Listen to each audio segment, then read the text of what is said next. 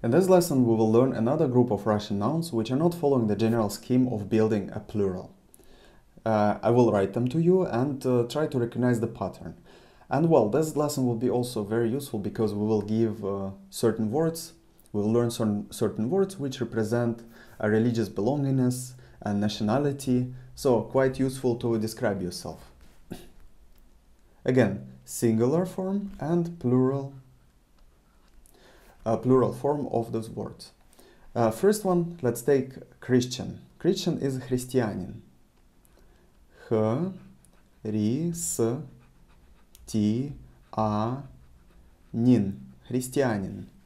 And the Christians would be христиане. Х, ри, с, ти, а, не.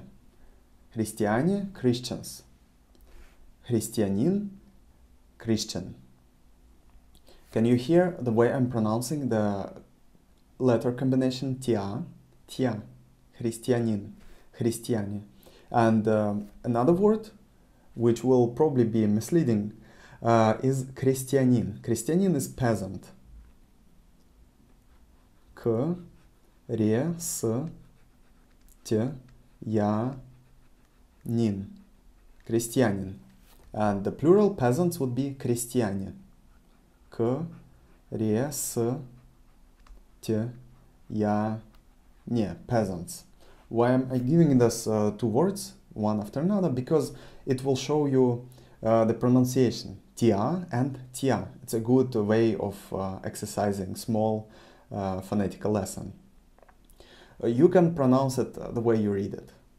So, христианин or христиане. Крестьянин and крестьяне.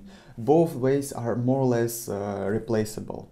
And I assume it won't give you much of headache to use the way you remember it in this particular case. But for you, if you see tia, T-I-A, is pronounced as tia. So again, христианин, Christian. And if you want to introduce yourself, you can say я христианин. So I'm Christian. And if you want to introduce a group of people and you want to represent them, you can say мы христиане. We are Christians. And when again, if you are peasant, you can say я крестьянин. So I'm farmer. And крестьяне is plural, farmers. Мы крестьяне. We are farmers.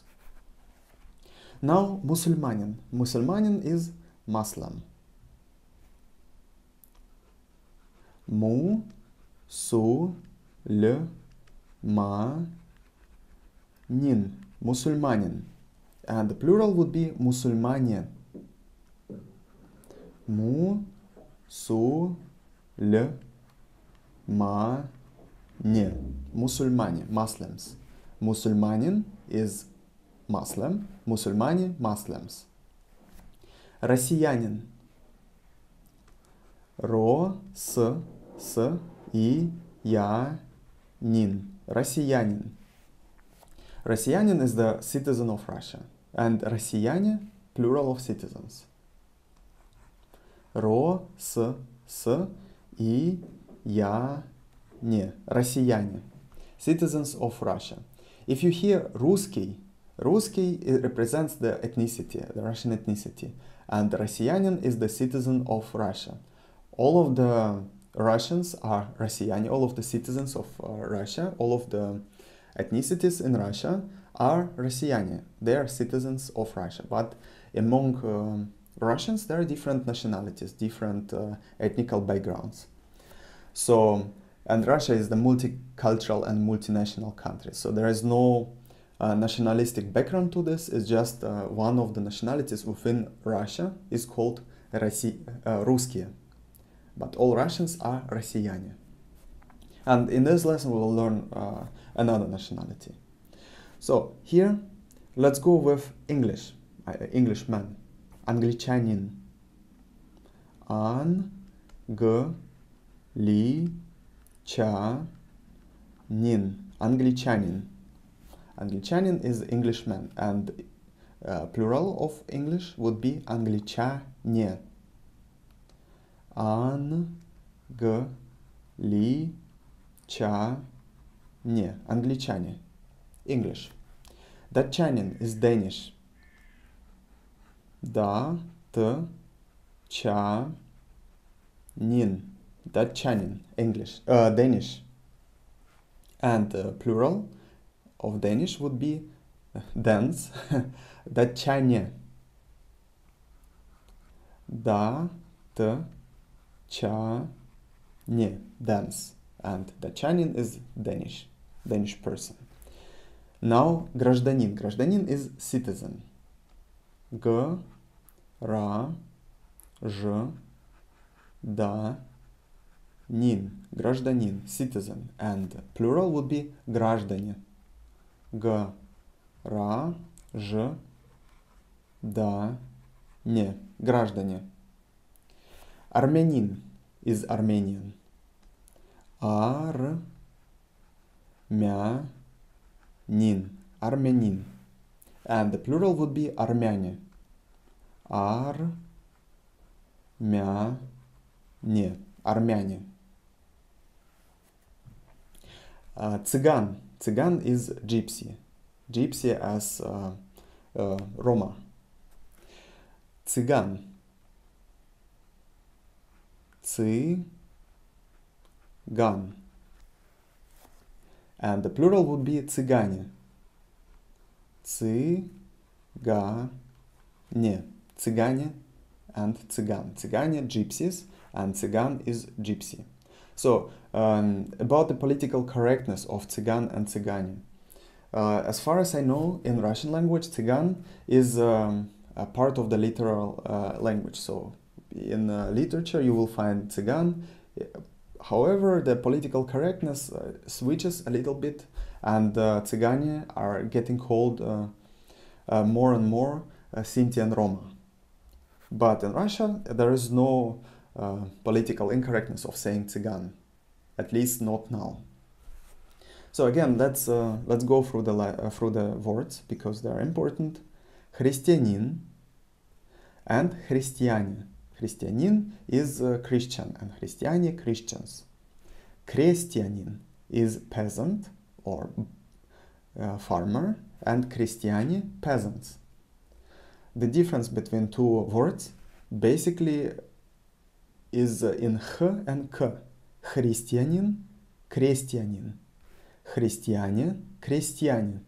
So try to pay attention. If you will pronounce it wrong, people will understand you from the context. Musulmanin. Musulmanin is Muslim. And Russia, as the multi-religious society, Russia got significant amount of Muslims. Musulmanin, Musulmanin. Musulmanin, Musulmanin. Россиянин is citizen of Russia. And Россияне, Russians. Can you hear the way I'm pronouncing double S? Россиянин. Россияне.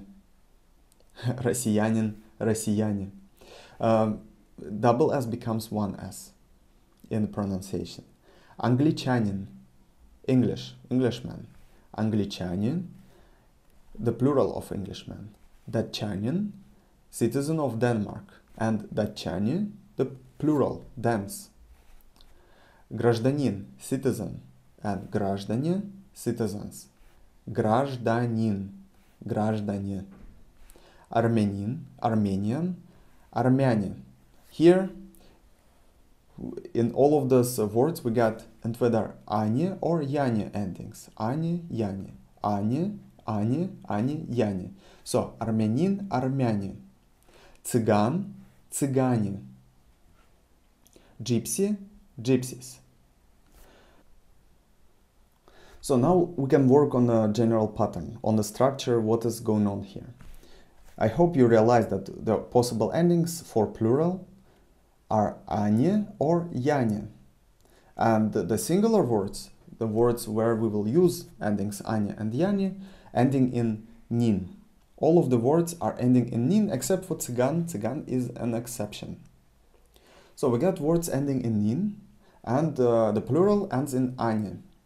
But in between, we got also some small nuances here. Here, for example, христианин actually the ending is anin, so, and the ending become anya. Here we got крестьянин, крестьяне, мусульманин, мусульмане, россиянин, россияне. So basically we keep one letter and we eat another one, then we change the ending. So there is a pattern in this.